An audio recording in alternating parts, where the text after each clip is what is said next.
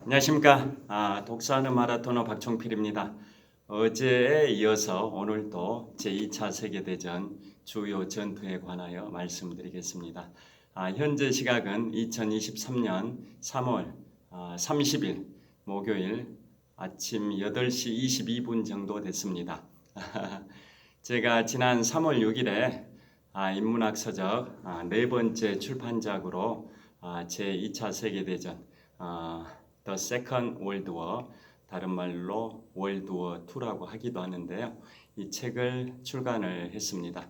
그래서 어제도 약 40분 정도 2차 세계대전 주요 전투에 관해서 말씀드렸는데요.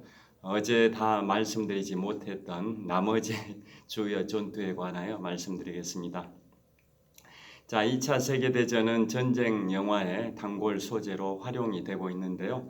라이언 일병 구하기, 에너미 앳 더 게이트, 미드웨이, 이오지마의 깃발, 그 다음에 배틀 오브 브리튼, 노르망디, 다양한 전쟁 영화의 소재로 활용될 정도로 인류 역사상 최대 규모의 사상자가 발생됐던 전쟁이 제2차 세계대전인데요. 어제는 2차 세계대전 초반에 덩케르크 철수작전, 그 다음에 바르바로사 작전, 모스크바 공방전, 노르망디 상륙작전, 이쪽은 이제 유럽 전선 쪽을 말씀드렸었고요. 다음으로는 진주만 공습, 또 미드웨이 해전, 또 과달카날 전역, 이쪽을 말씀을 드렸었습니다. 그럼 오늘 이어서 계속 말씀드리도록 하겠습니다. 자, 오늘은 2차 세계대전의 중반에 해당되는 1942년 무렵에 2차 세계대전의 전환점이 됐던 전투에 관하여 말씀드리겠습니다. 우선 태평양 전선에서는 1942년 6월 4일부터 6월 7일까지 4일 동안 진행이 됐던 미드웨이 해전은 어제 말씀을 드렸었고요. 북아프리카로 와서 북아프리카 전선이 있습니다. 북아프리카라고 하면 이집트, 알제리, 튀니지, 모로코 이쪽 지역에서 추축국의 일원이었던 이탈리아가 북아프리카 지역을 점령하고 있는 그런 상황에서 연합국의 일원인 영국의 버나드 몽고메리 장군이 참전을 해서 혈투를 벌였던 전투인데요. 이탈리아가 역부족이다 보니까 독일의 그 유명한 에르빈 롬멜 장군이 지원 사격으로 참전을 하게 됩니다. 다 아시다시피 별명이 사막의 여우라는 별명을 갖고 있는 독일의 에르빈 롬멜 장군이 바로 그 북아프리카 전역에서 영국의 그 유명한 버나드 몽고메리 장군과 격돌을 하게 됩니다. 그래서 그 전투 이름이 뭐냐? 오늘 말씀드릴 첫 번째 전투 이름인데요. 바로 엘 알라메인 전투입니다. 엘 알라메인 전투는 그 지역이 어디냐면 이집트의 지중 해안 도시입니다. 이집트 북서쪽에 있는 지중 해안 도시 엘 알라메인에서 이루어졌던 전투가 엘 알라메인 전투인데요. 1차와 2차로 구분이 됩니다. 1942년 7월에 1차 엘 알라메인 전투가 있었고 1942년 10월 하순부터 11월 초까지는 제2차 엘 알라메인 전투가 있었는데요. 그 2차 전투가 더 유명합니다. 그래서 결론적으로는 독일의 사막의 여우라는 별명을 갖고 있는 에르빈 롬멜 장군이 영국의 버나드 몽고메리 장군한테 패배를 하게 됩니다. 그래서 거기에서 이제 영국이 최종적으로 승리를 하면서 그 당시에 영국의 수상, 영국을 빛낸 가장 위대한 인물 윈스턴 처칠 수상이 이러한 명언을 남깁니다. 제2차 세계대전에서 우리 영국 연합군은 엘 알라메인 전투에서 승리를 했다. 이 엘 알라메인 전투의 승리가 제2차 세계대전 끝의 시작이라고 볼 수는 없지만 시작의 끝이라고 볼 수는 있다. 엘 알라메인 이전에는 우리는 승리를 맛보지 못했지만 엘 알라메인 이후에는 우리는 패배를 맛보지 않았다라는 명언을 남깁니다. 그러니까 2차 세계대전이 1939년 9월 1일 독일이 폴란드를 공격하면서 시작이 됐고 그로부터 6년 후인 1945년 5월 8일에 독일이 미국, 영국, 프랑스에 항복을 했고 다음 날인 5월 9일에는 독일이 소련에 항복을 해서 2차 세계대전의 유럽 전선이 종전이 됐지만 태평양 전선에서는 일본이 항복을 하지 않았기 때문에 3개월 정도 지난 8월 달에 히로시마와 나가사키에 각각 우라늄 원자폭탄과 플루토늄 핵폭탄을 투하를 해서 일본이 1945년 8월 15일에 항복을 해서 우리 대한민국도 광복을 맞이했고 2차 세계대전의 태평양 전쟁이 종전이 되면서 2차 세계대전 전체적으로 종결이 됐는데요. 그 6년의 2차 세계대전 기간 중에 딱 중간에 있었던 그 전투가 아까 처음에 말씀드린 미드웨이 해전 그리고 지금 말씀드리고 있는 엘 알라메인 전투 그 다음에 곧 말씀드릴 스탈린그라드 전투입니다. 그래서 그 딱 2차 세계대전 6년 기간에 딱 중간에 해당되는 그 시점에 엘 알라메인 전투가 있었는데요. 영국의 그 윈스턴 처칠 수장이 그런 얘기를 했던 겁니다. 이 엘 알라메인 전투가 2차 세계대전의 끝의 시작이라고 말할 수는 없지만 시작의 끝이라고는 말할 수 있다. 엘 알라메인 이전에는 우리는 승리를 맛보지 못했지만 엘 알라메인 이후에는 우리는 패배를 맛보지 않았다라는 명언을 합니다. 자, 윈스턴 처칠은 워낙 말을 잘하고 국민들에 대한 대국민 그 담화를 또 연설을 수시로 해가지고 국민들의 사기를 진작시켜서 결국은 독일의 히틀러의 공격으로부터 영국을 사수하는데 1등 공신 역할을 했던 분이 영국이 낳은 최고의 인물 윈스턴 처칠이지 않습니까? 그 정도로 국민들과 소통의 리더십을 발휘하면서 제2차 세계대전을 승리로 이끌었던 분이 바로 영국의 61대 총리와 63대 총리를 지낸 윈스턴 처칠입니다. 윈스턴 처칠은 어제도 말씀드린 바와 같이 1953년에 제63대 영국 총리를 할 때는 그 당시에 그 시기에 1953년에 63대 총리를 할 때 제2차 세계대전이라는 제목의 회고록 6권으로 노벨 문학상까지 받았다라고 말씀드렸고요. 또 그보다 한 해 앞선 1952년에 윈스턴 처칠이 63대 영국 총리를 할 때 그 유명한 엘리자베스 2세 여왕이 즉위를 하셨었고 그로부터 70년을 통치하다가 작년 2022년에 서거하신 분이 엘리자베스 2세 여왕이라는 거 아실 겁니다. 참고로 말씀드리면 엘리자베스 2세 여왕은 그분의 고조 할머니가 빅토리아 여왕이라는 거 다 아실 겁니다. 엘리자베스 2세 여왕의 고조 할머니가 빅토리아 여왕입니다. 빅토리아 여왕 하면 1837년부터 1901년까지 64년 동안 영국을 통치하면서 해가 지지 않은 영원한 대영 제국을 건설했던 인물이 바로 빅토리아 여왕인데요. 서세 동점의 시대, 즉 서양의 세력이 동양을 점령했던 그 식민지 개척의 시대에 많은 5대양 6대주의 식민지를 개척해서 해가 지지 않은 영원한 대영 제국을 건설했던 분이 빅토리아 여왕이라는 거 다 아실 겁니다. 여하튼 엘 알라메인 전투가 끝나고 윈스턴 처칠이 그러한 명언을 했었습니다. 엘 알라메인 이전에는 우리는 승리를 맛보지 못했지만 엘 알라메인 이후에는 우리는 패배를 맛보지 않았다. 그러니까 2차 세계대전의 전환점이 됐던 게 아까 말씀드린 바로 태평양 전선에서는 1942년 6월 4일부터 7일까지 있었던 미드웨이 해전이고요.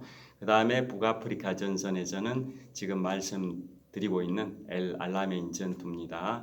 그 다음에 그 무렵에 있었던 게 또 스탈린그라드 전투입니다. 동부전선. 동부전선이냐 서부전선이냐 이 구분은 다 아실 겁니다. 추축국의 중심이었던 독일을 기준으로 독일이 2차 세계대전의 전범 국가하지 않습니까? 추축국은 독일, 이탈리아, 일본인데 그 중에 가장 중심에 있었던 전범 국가가 독일이지 않습니까? 독일의 동쪽 지역인 소련 지역에서 독일과 소련이 격전을 벌인 건 동부전선이고 독일의 서쪽에 있는 프랑스, 벨기에, 네덜란드 이쪽에서 격전이 벌어진 것은 서부전선이라고 하지 않습니까? 그래서 2차 세계대전의 전환점이 됐던 게 미드웨이 해전, 엘 알라메인 전투, 동부전선에서는 바로 스탈린그라드 전투입니다. 지금까지 이제 북아프리카 전선의 엘 알라메인 전투에서 영국 등 연합군이 이탈리아와 독일의 추축국을 무찔렀다라는 내용으로 말씀드렸고요. 지금부터는 다시 8시 31분입니다. 9시부터 강의니까 좀 속도를 내겠습니다. 지금부터는 이제 스탈린그라드 전투입니다. 스탈린그라드 전투는 인류 전쟁사에서 단일 전투로는 최대 규모의 사상자가 발생이 됐습니다. 약 200만 명의 사상자가 발생이 됐는데요. 소련은 사망자와 부상자 합해서 사상자가 소련군은 한 100여만 명이 발생이 됐고 그 다음에 추축국은 사망자만 해서 80만 명이 발생이 됐는데요. 그 중에 절반인 40만 명은 독일군이 사망을 했습니다. 그래서 그 독일 다 합하면 연합국과 추축국 다 합하면 200만 명 정도의 사상자가 발생이 됐다라고 보고 있고 그 숫자는 단일 전투로는 최대 규모의 사상자가 발생된 전투로 역사에 기록되어 있습니다. 그 유명한 스탈린그라드 전투. 자, 거기에서 독일군이 40만 명이 사망됐다고 말씀드렸는데요. 그 숫자는 독일군이 그 숫자는 독일군이 서부전선에서 사망했던 숫자보다 많습니다. 서부전선이라고 하면 아까 말씀드린 것처럼 독일의 서쪽 지역인 프랑스, 벨기에, 네덜란드 지역에서 발생했던 그 전투가 서부전선이고 거기에는 연합국이 주로 미국, 영국, 프랑스가 연합국을 형성하고 있었는데요. 거기 서부전선에서 독일군 사망한 숫자보다 동부전선에서 독일이 소련과 맞서 싸울 때 독일 사망 숫자 40만 명이 더 많았었던가다 그런 취지의 말씀입니다. 그 정도로 스탈린그라드 전투는 참혹했던 전투입니다. 그래서 스탈린그라드 전투에 관해서 좀 구체적으로 살펴보겠습니다. 자, 독일이 소련을 공격을 할 때 어제도 말씀드린 것처럼 카프카스 유전지대의 연료를 확보해 가지고 독일이 전쟁 수행을 계속 하기 위한 그 목적이 컸었지 않습니까? 그러니까 독일이 월드컵에서 독일 팀을 전차 군단이라고 별명을 붙이듯이 독일은 그 전차 그다음에 항공기 다양한 병기들을 갖추고 있다 보니까 그러한 항공기나 전차를 운용하려면 연료가 있어야 되는데 그 연료를 확보하기 위해서 소련의 유전지대 카프카스 유전지대를 빼앗아서 연료를 확보하려는 목적이 컸었다. 그래서 독일이 1939년 2차 세계대전이 발발하기 한 달 전에 소련과 체결했던 독소 불가침 조약을 일방적으로 파기하고 2년 후인 1941년 6월 22일에 소련을 공격함으로써 독소 전쟁이 발발이 됐고 그 독소 전쟁의 서막에 해당되는 게 인류 역사상 최대 규모의 병력이 투입됐던 바로 바르바로사 작전이라고 어제 말씀드렸습니다. 독소 전쟁의 서막이 바로 독일이 소련을 공격한 바르바로사 작전인데요. 인류 역사상 최대 규모의 병력이 동원이 됐습니다. 그래서 그 독일이 소련을 공격할 때 바르바로사 작전을 시작할 때 1941년 6월 22일에 개전을 할 때 독일이 동원한 병력이 세계 집단군 150개 사단 380만 명의 병력을 동원을 했습니다. 자, 야전군 우리 육군의 육군 지상작전 사령부, 그다음에 제2작전사령부 이런 것들은 야전군 사령부입니다. 사령관은 포스타죠. 포스타 육군 대장. 그보다 더 규모가 큰 게 집단군입니다. 집단군. 집단군은 이제 사령관이 우리나라는 집단군 개념이 없는데요. 그 당시에는 집단군이 있었습니다. 그 야전군들 몇 개를 거느리는 규모의 부대 단위가 집단군인데요. 추축국인 독일은 집단군이라고 했고 연합국인 미국이나 영국은 군집단이라고 표현했습니다. 군집단. 그 군집단이든 야전군이든 군집단이든 집단군이든 그것은 야전군들 몇 개씩을 거느리는 그 상위 부대 단위인데요. 그 집단군이나 군집단은 사령관이 파이브스타 육군 원수입니다. 육군 원수 파이브스타. 여하튼 독일이 소련을 공격한 바르바로사 작전 때 투입한 병력이 세계 집단군 150개 사단 380만 명을 동원을 해서 공격을 했기 때문에 결국은 인류 전쟁사에서 최대 규모의 병력을 동원한 전투로 기록에 남아 있습니다. 여하튼 다시 스탈린그라드 전투로 와서 그 독소전쟁 개막하고 나서 1년 2개월 후에 발생했던 게 스탈린그라드 전투고 2차 세계대전의 전환점이 됐던 세계 전투 중에 하나죠. 태평양 전선의 미드웨이 해전, 북아프리카 전선의 엘 알라메인 전투, 동부전선의 스탈린그라드 전투. 그 중에 지금부터 스탈린그라드 전투를 말씀을 드리는 겁니다. 스탈린그라드 전투는 굉장히 이제 상징적 의미가 큰데요.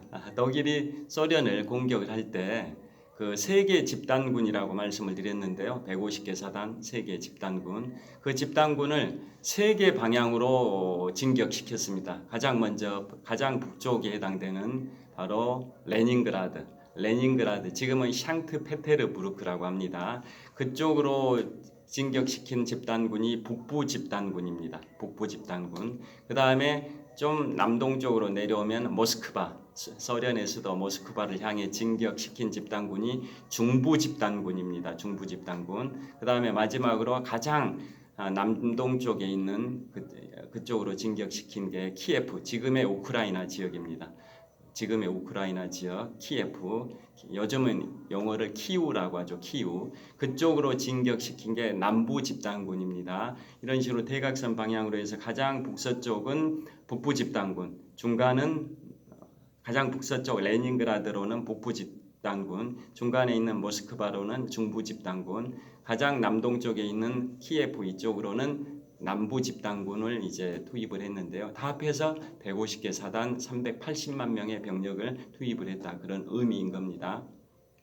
여하튼 그래서 독일은 소련을 쉽게 꺾을 수 있을 걸로 오판을 하고 망상을 갖고 그렇게 이제 공격을 했는데요. 소련군은 워낙 이제 저항이 심하고 영토가 광활하다 보니까 그 독일이 의도한 바대로 진격을 하기가 어려웠고, 어제도 말씀드린 것처럼 라스푸티차라 해서 길들이 이제 진흙탕이 돼가지고 질퍽거리고, 심지어는 심하게 표현하면 늪지대처럼 푹푹 꺼져버리고, 도저히 더 아무리 막강한 독일의 전차 부대라 할지라도 길들이 그렇게 포장도로가 아니다 보니까 푹푹 꺼지는 진흙탕 길에 전차의 궤도 바퀴가 박혀가지고 진격에 엄청난 장애가 초래되고 이런 사정들도 있고, 그 다음에 이제 겨울에 추위가 닥치다 보니까 동토의 땅, 얼어붙은 땅, 혹한에 소련의 그 추위를 도저히 견딜 수가 없고, 그런 요인 때문에 결국은 결론부터 말씀드리면 스탈린그라드 전투에서 독일이 소련한테 패배를 하게 되는데요. 스탈린그라드 전투가 소련군의 승리고 독일의 패배인데 결국은 양측 합해서 200만 명 정도의 사상자가 발생이 돼서 인류 전쟁사에서 가장 단일 전투로는 최대 규모의 사상자가 발생된 전투로 기록이 나와 있다고 말씀드렸습니다. 그래서 이제 좀 더 구체적으로 말씀드리면 독일이 스탈린그라드를 이제 점령을 하려고 했지만 워낙 소련은 어떻게 해서라도 사수를 하려고 했던 거죠. 왜냐? 거기 스탈린그라드가 뭡니까? 바로 그 당시에 소련의 최고 지도자 이오시프 스탈린, 이오시프 스탈린의 이름을 딴 도시지 않습니까? 지금은 이름이 볼고그라드입니다. 그 당시에 스탈린그라드는 국가 최고 지도자의 이름을 딴 도시 명칭이다 보니까 그 상징적 의미가 굉장히 컸던 거고요. 그 다음에 거기가 이제 유전지대와 가까운 지역이어 가지고 거기를 독일한테 빼앗기게 된다면 유전을 다 점령당하고 그러면은 소련이 전쟁 수행하는데 치명적인 문제가 발생이 되고 그러한 요인 때문에 어떻게 해서라도 스탈린그라드를 소련은 사수하려고 했었던 겁니다. 그래서 이제 독일군이 스탈린그라드를 포위하면서 결국은 그 시가전을 펼치게 되는데 지옥 같은 시가전이 펼쳐집니다. 그래서 생지 작전이라고 표현을 하기도 하는데요. 그게 무슨 말씀이냐면 독일은 워낙 전차 군단이다 보니까 기갑 부대가 대단한 거죠.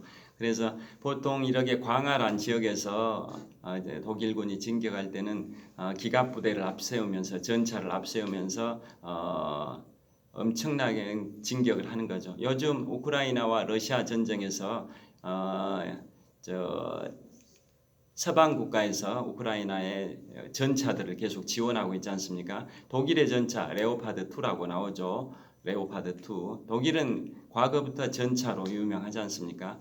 그래서 광활한 영토에서 진격할 때는 전차들이 진군하면서 적을 이제 각계 이렇게 격파를 해가면서 하는데 스탈린그라드 전투는 전투의 양상이 달랐었던 겁니다. 왜냐하면 시가 안에서 싸우다 보니까 건축물, 그 빌딩들이 있고 건축물들이 있는데 그 건축물이 이제 전차에 의해서 다 파괴가 되는데 소련군들은 그 파괴된 건물 곳곳에 숨어가지고 전투를 벌이는 겁니다. 그래서 전차들이 다가오면은 거기 숨어 있다가 소련군들이 나타나가지고 전차를 향해서 뭐 수류탄을 던지고 뭐 이런 식으로 싸우다 보니까 광활한 지역에서 싸울 때는 전차가 위용을 발휘를 하는데 그 시가전 건물 안에 폐허된 건물들이 도로에 무너져 가지고 도로가 전차가 이동하기도 어렵고 굉장히 협소한 다 허물어지는 그러한 시가지에서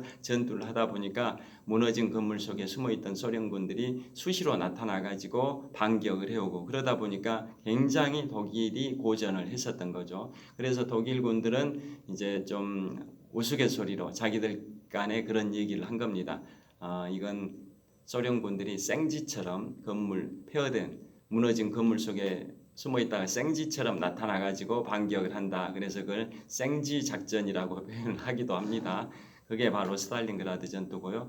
그래서 결국은 소련의 그 당시 독일 국방군의 제6군 야전군 사령관 1, 2, 3, 4, 5, 6입니다. 6 제6 야전군 사령관이 바로 프리드리히 파울루스입니다. 프리드리히 파울루스 육군 대장입니다.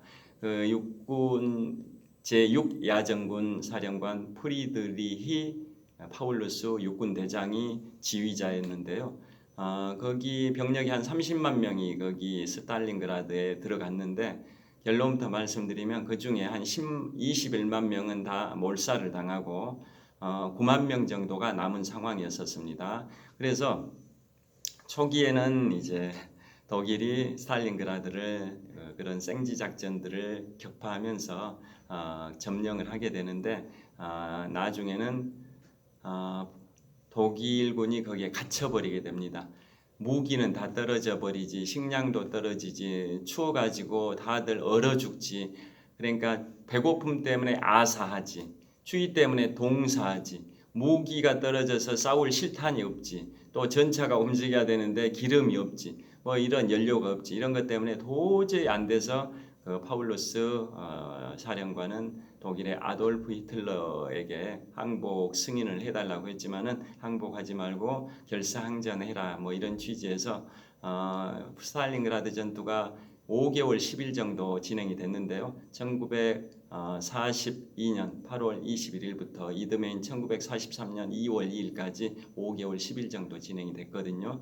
근데 그 전투가 종료되기 3일 전에, 즉 1943년 1월 30일에 독일의 히틀러는 파울루스 제6야전군 사령관에게 육군 대장에서 육군 원수로 진급을 시켜줍니다. 그 무엇을 의미하냐?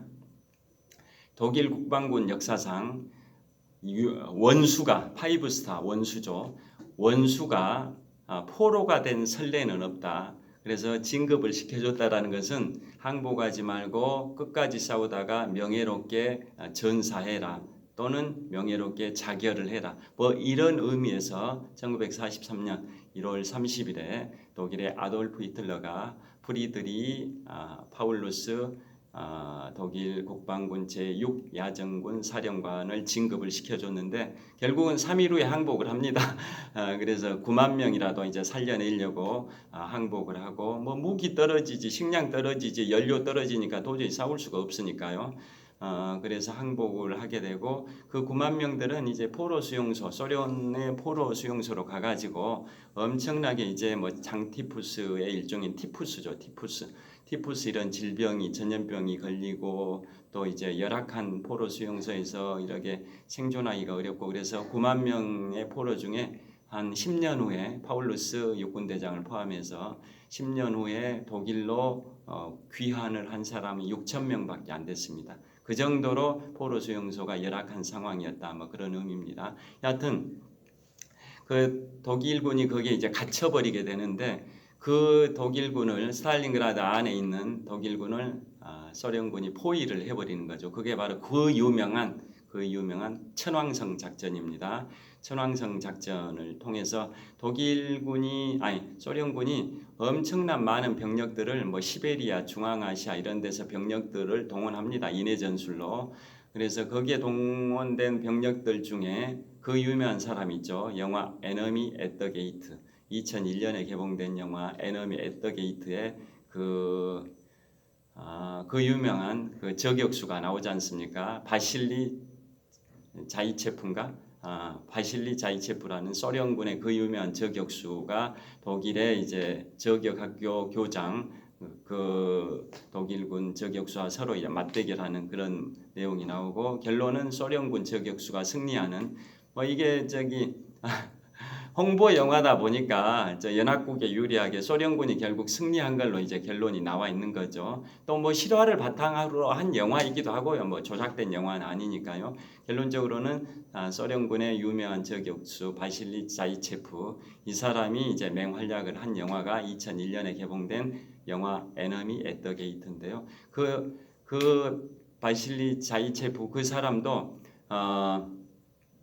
소련의 극동 지역인 블라디보스톡에서 행정부사관으로 활동하다가 차출돼 가지고 바로 스탈린그라드 전투에 투입이 됐습니다. 블라디보스톡 무슨 말일까요? 도시 명칭 러시아어로 동방을 지배하라 이런 의미입니다. 블라디보스톡이라는 말이 동방을 지배하라. 그러니까 러시아의 동방 극동 함대, 태평양 함대 사령부가 블라디보스톡에 있었는데, 거기에 행정부사관이었던 바실리 자이체프가 바로 차출돼 가지고 스탈린그라드 전투에서 맹활약을 했던 게 영화 에너미 앳 더 게이트에 잘 묘사가 됩니다.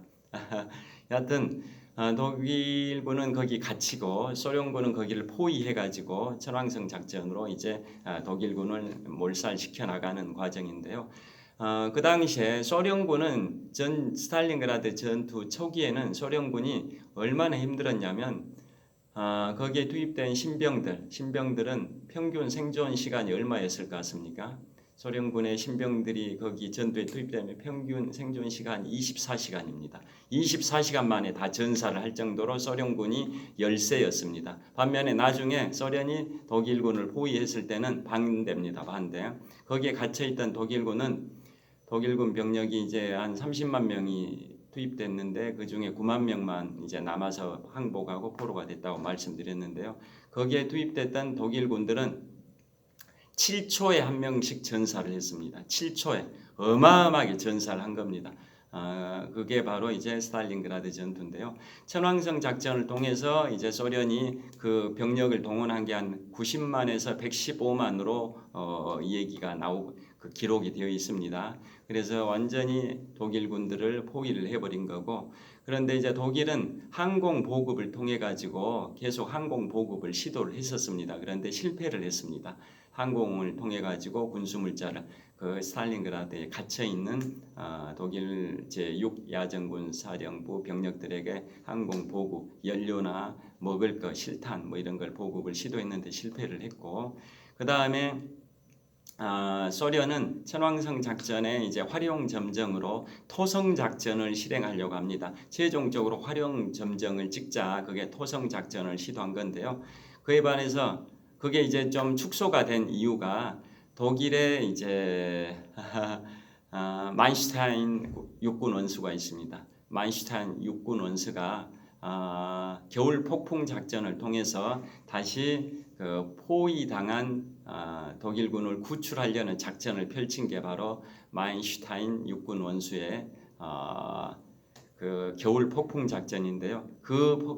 독일의 겨울 폭풍 작전 때문에 소련은 그 토성 작전을 축소해서 미니 토성 작전, 즉 소토성 작전을 펼치게 됩니다. 그래서 결론은 소련이 이제 승리를 하죠. 1943년 2월 2일 날 소련이 독일의 항복을 받아내서 5개월 10일 정도의 스탈린그라드 전투가 소련의 승리로 끝나고, 그것은 가장 인류 전쟁 역사에서 가장 참혹했던 전투로 200만 명 정도의 사상자가 발생했던, 단일 전투로는 최대 규모의 사상자인 200만 명 정도의 사상자가 발생됐던 게 바로 스탈린그라드 전투입니다.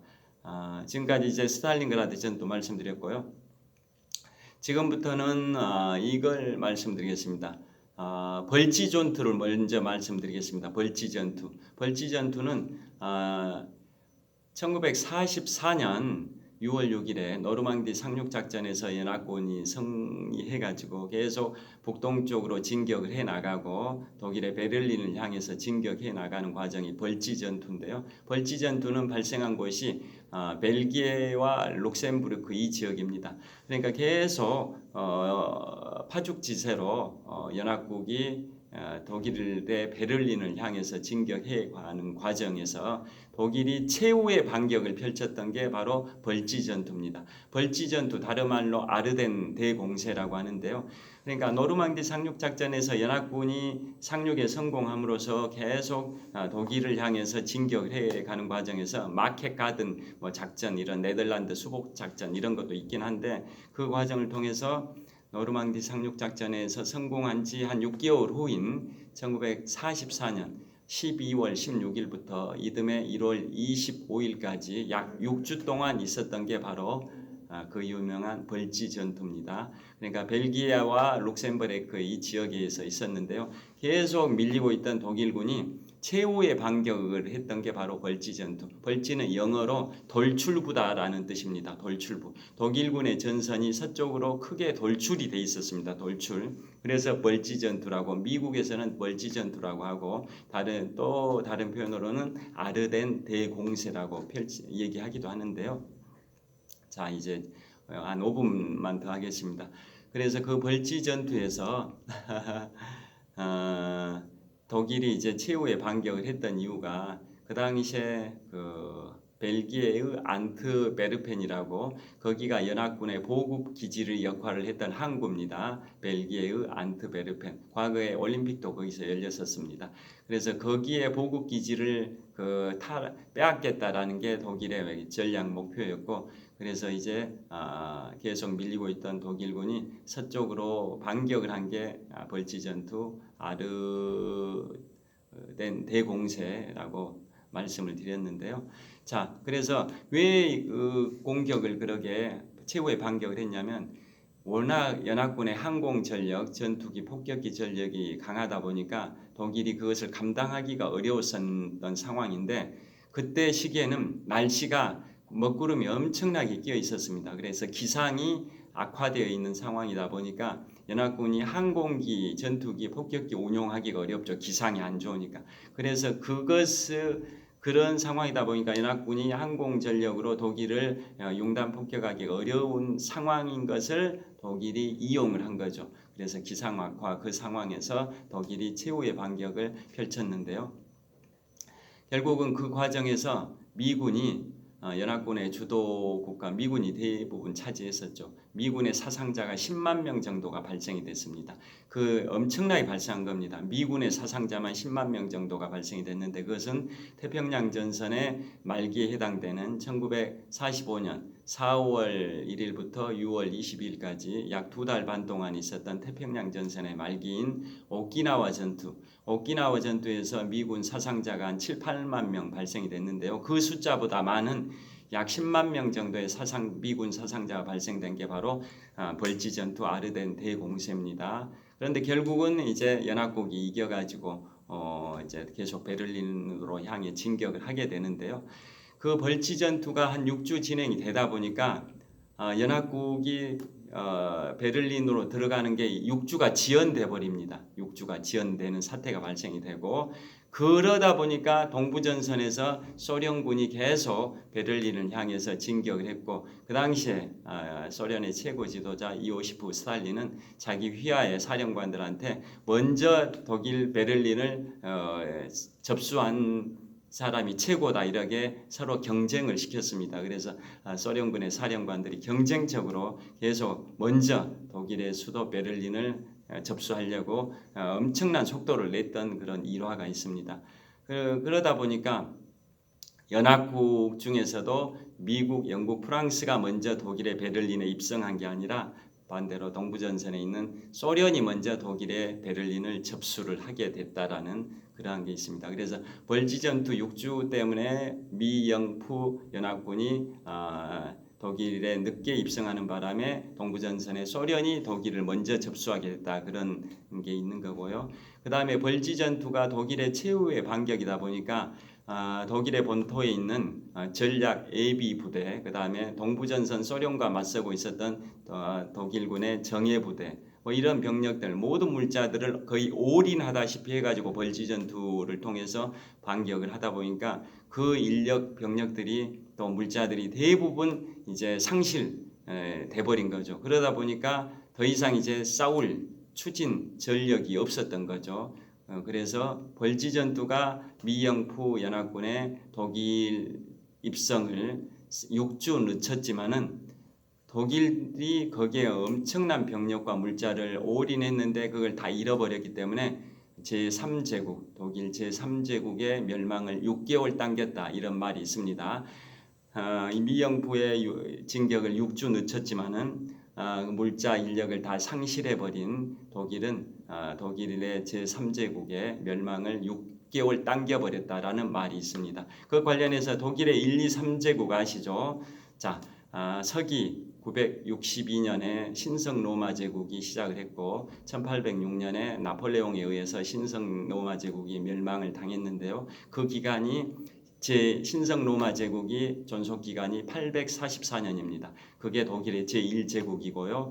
그 다음에 1871년 독일과 프랑스 간의 전쟁, 보불 전쟁에서 독일의 비스마르크가 이제 승리의 주역이었고, 그래서 승리한 후에 독일의 제2제국이 탄생이 됐고, 제1차 세계대전에서 독일이 1918년에 패배하면서 독일의 제2제국이 멸망이 됐고, 독일의 제3제국이 1933년에 히틀러가 집권하면서 제3제국이 시작이 됐는데 1945년 5월 8일에 독일이 연합국에 항복하면서 독일의 제3제국이 멸망했다. 즉 벌지전투가 미영부의 독일 입성을 6주 늦췄지만은 독일의 멸망을 6개월 당겼다 그런 말이 있습니다. 수업이 시작하기 1분 전입니다. 오늘 여기서 마치겠습니다. 시청해 주셔서 감사합니다.